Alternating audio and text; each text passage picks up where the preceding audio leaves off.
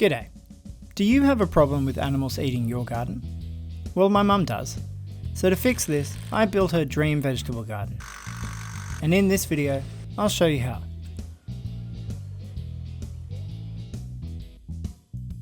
The design is pretty simple. It's a gabled structure of treated pine, 10 metres long, 5 metres wide, and 2.9 metres high. Half of it will have raised veggie beds, and the other half will be a small orchard. To keep the animals out, the whole thing will be wrapped in chicken wire. To build it, I've called in my friend of 20 years, Dan.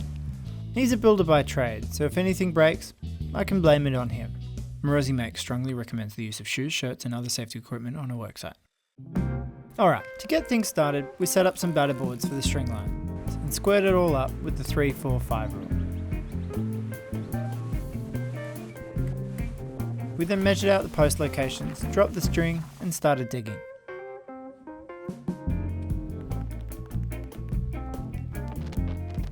We dug the hole 700mm deep.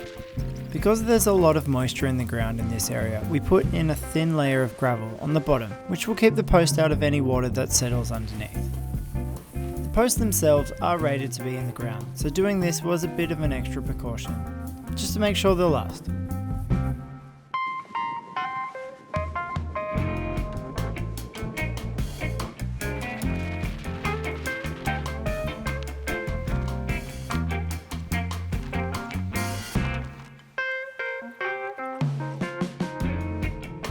Before mixing any concrete, it helps to have all your support stakes ready, so you're not rushing about later on.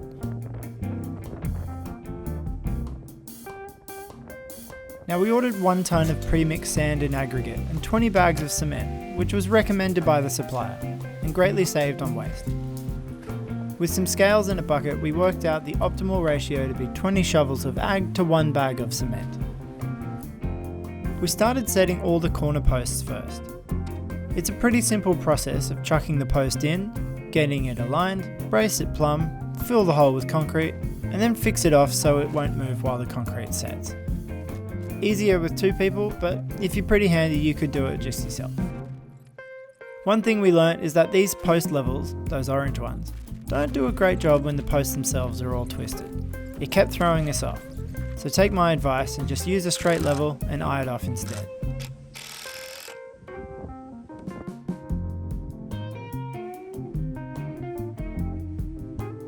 We set the posts away from the string lines by the distance of a pre-cut block, which stops other posts pushing the line out if they are slightly off. After smoko, we stood up the rest of the posts with temporary braces as close to plumb as possible, so we can fill all the holes with concrete at the same time.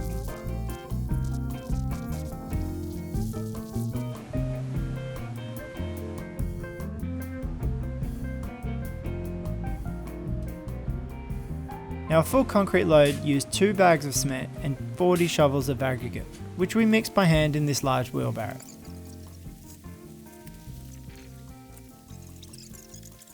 Once it was ready, we poured it all onto the grass just for fun, reloaded it up, and then filled in the rest of the holes. By beer o'clock, we had all 13 posts set, and that was a day. Fairly good, and it's like Liam, mate. Today was a public holiday, so we started with some quiet trench digging for an irrigation line. But that only took 30 minutes, so with nothing else quiet to do, we got on with the raised veggie beds. The beds are 1.6 metres long, 800mm wide and 600mm deep. They're made out of 200 by 75mm solid hardwood sleepers. These sleepers are fresh from the sawmill, so they're a bit wet and bloody heavy, but more importantly, they're completely natural. If you're planning on building your own, make sure they aren't treated with chemicals.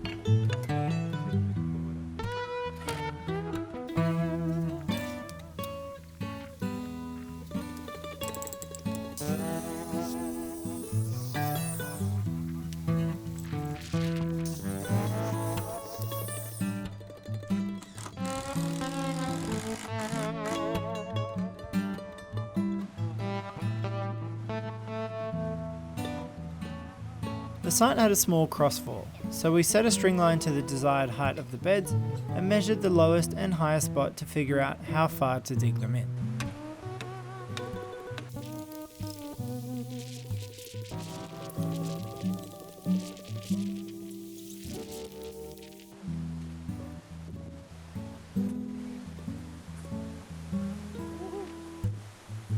The easiest way to level the base is with sand, but we didn't have any, so getting these in took way longer than it should have.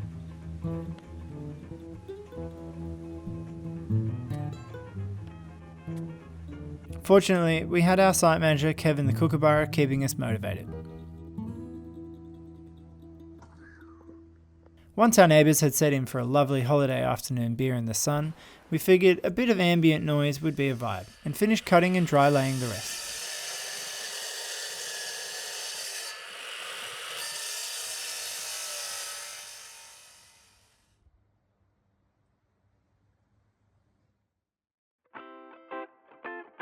To fix the beds together, we are pre-drilling pilot holes and countersinking for the screw head.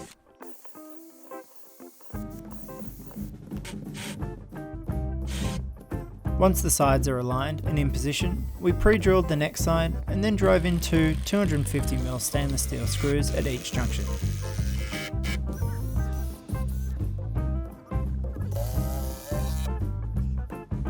When the beds were done, we filled the base with a layer of dried sticks, a process known as hugelkultur. It's somewhat adapted here, but the principle is the same. The wood will break down and continue to feed and improve the soil. But without soil, it looks like we've built a couple of snake enclosures.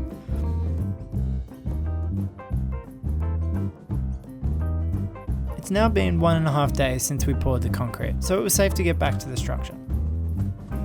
The original design wanted the top of the post to be 2 meters, but it felt odd, so we kicked it up to 2.3 and ran a string line to make sure they were all the same.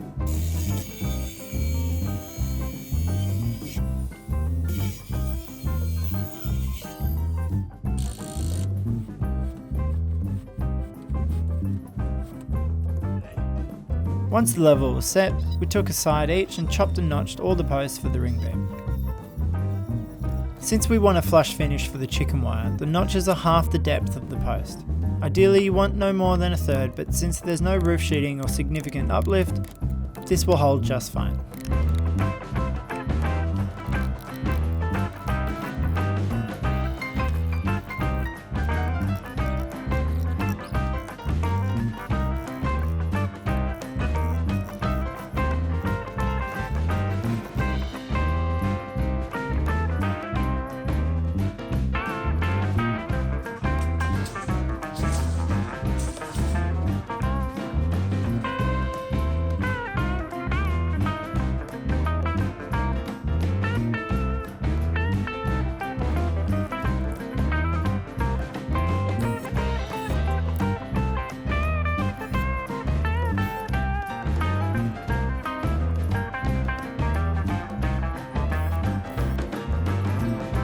We cut miters for the corner junctions instead of just butting them up.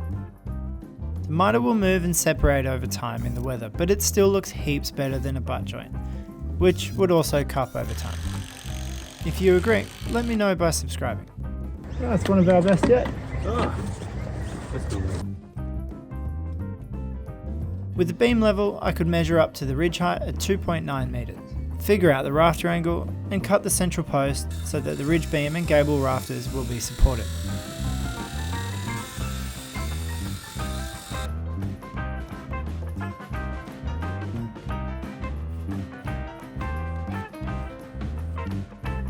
But I will admit, that was my second go. Is it alright? Yeah, but why'd you cut it? I shouldn't have cut this yet. No.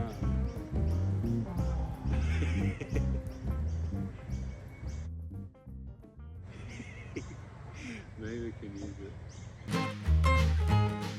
Let's call today raising the barn, which is what it felt like once the roof structure was finished.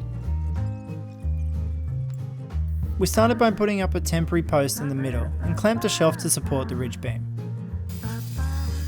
Dan then cut all the rafter angles with a small bird's mouth, which will help to set them in place before fixing them up. Meanwhile, I set out all the rafter locations onto the beams. One at each post and one between, which roughly worked out to be a spacing of 1.2 metres. Instead of remeasuring the same spacing on the ridge beam, I borrowed a little furniture technique I've used, and just set it on top of the ring beam and transferred my mark so it would be exactly the same all the way around. Each ridge beam is 5 metres long, so raising them up individually onto the temporary post was the easier way to go. Like that old saying, work smarter, not harder. To connect them, we used a scarf joint with a couple of stainless steel screws. Without a support, that wouldn't really hold, but the rafters will pinch and the connection will essentially just be cantilevered between them. Next we set out the gable and the ground, and measured out the batten spacing to suit the 1.8 metre width of our chicken wire roll. The battens will be rebaited into the rafters, which will help brace them all together, and it also means they will be flush so the chicken wire can lay flat.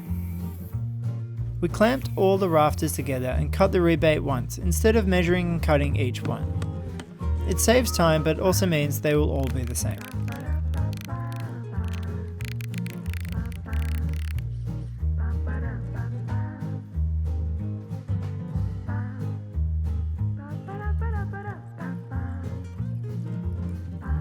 Here you can see how helpful the bird's mouth in the rafter was. While I'm screwing in the gable ends, Dan is able to place the rafters up on his own, ready for fixing. One thing we learnt in the process is that we probably should have started at the middle, where the scarf joint is. That way it would be supported while the rest go in. But because we did it from one end and worked our way to the middle, by the time we got to the joint and removed the post, the middle dropped. Look, it wasn't the end of the world, it just meant having to reinstall the centre post and driving all the screws a bit more to bring it all back into a line.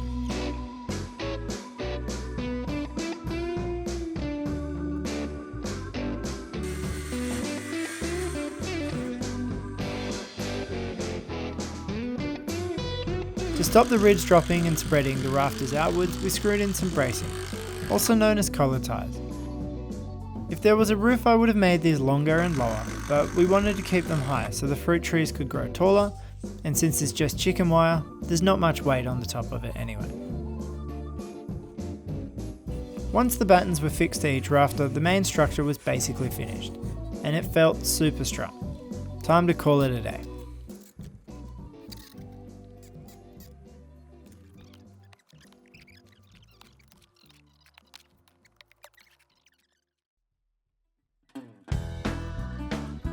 Day 5 was mulch day, so we laid some cardboard down on the pathway to stop the weeds after the mulch goes on. Next we had to set the side rails, which will be the fixing point for the chicken wire. Once the string line was levelled, Dan marked out the rail locations and measured each bay for cutting, while I got on with measuring the door.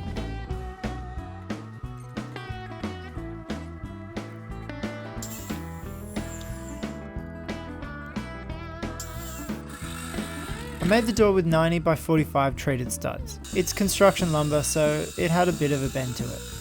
To get it square and plumb, I moved to the flat garage floor.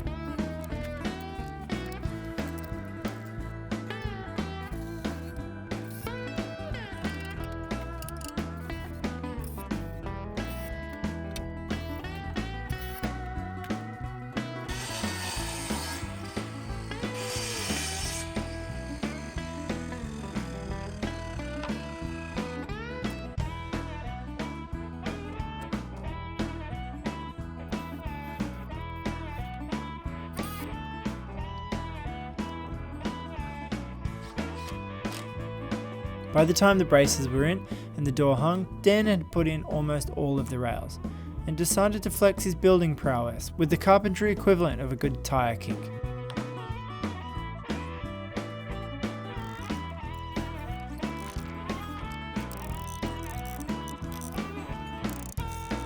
Just as we finished installing the bottom rails, the Yuki mulch arrived.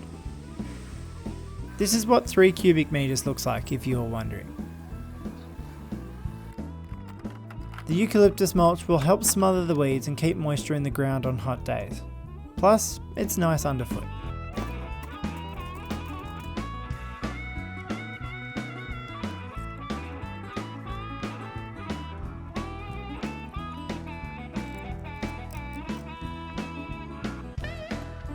Alright, the mulch is in, beds built, structure finished.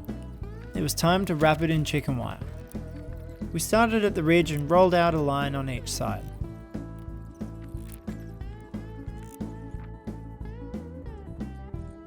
Once it was fixed at one end, I could pull it tight while Dan worked his way along, fixing it to the battens and rafters. When we reached the end, we stapled it to the gable and trimmed off the excess, and repeated the process over and over.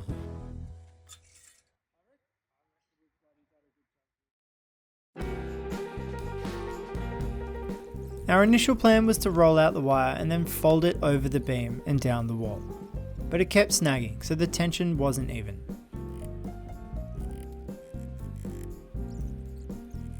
So instead we opted to cut the side piece separately, giving us more control to pull it tight as we went along. But that was a difficult decision to make, since the whole reason that rail isn't in the middle of the post was so we could lap the mesh down the roof onto the wall. Oh well.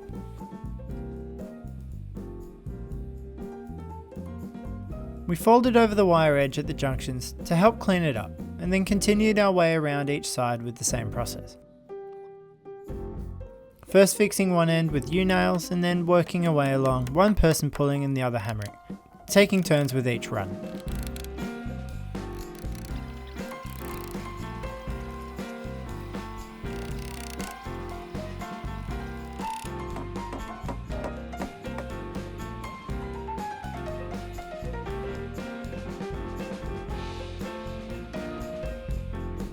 We thought this would be the fun part, but it was just a long, hard slog.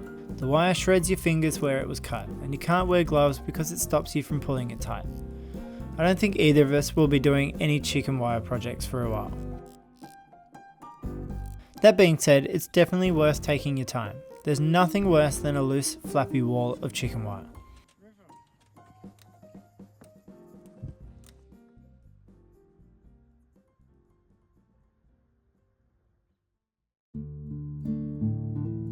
We weren't expecting to still be going on day 7, but I guess complacency got in the way, and our afternoon at the brewery on day 5 was a little premature.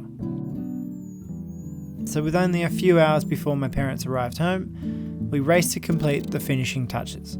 If you've ever seen Backyard Blitz, it felt a little bit like that.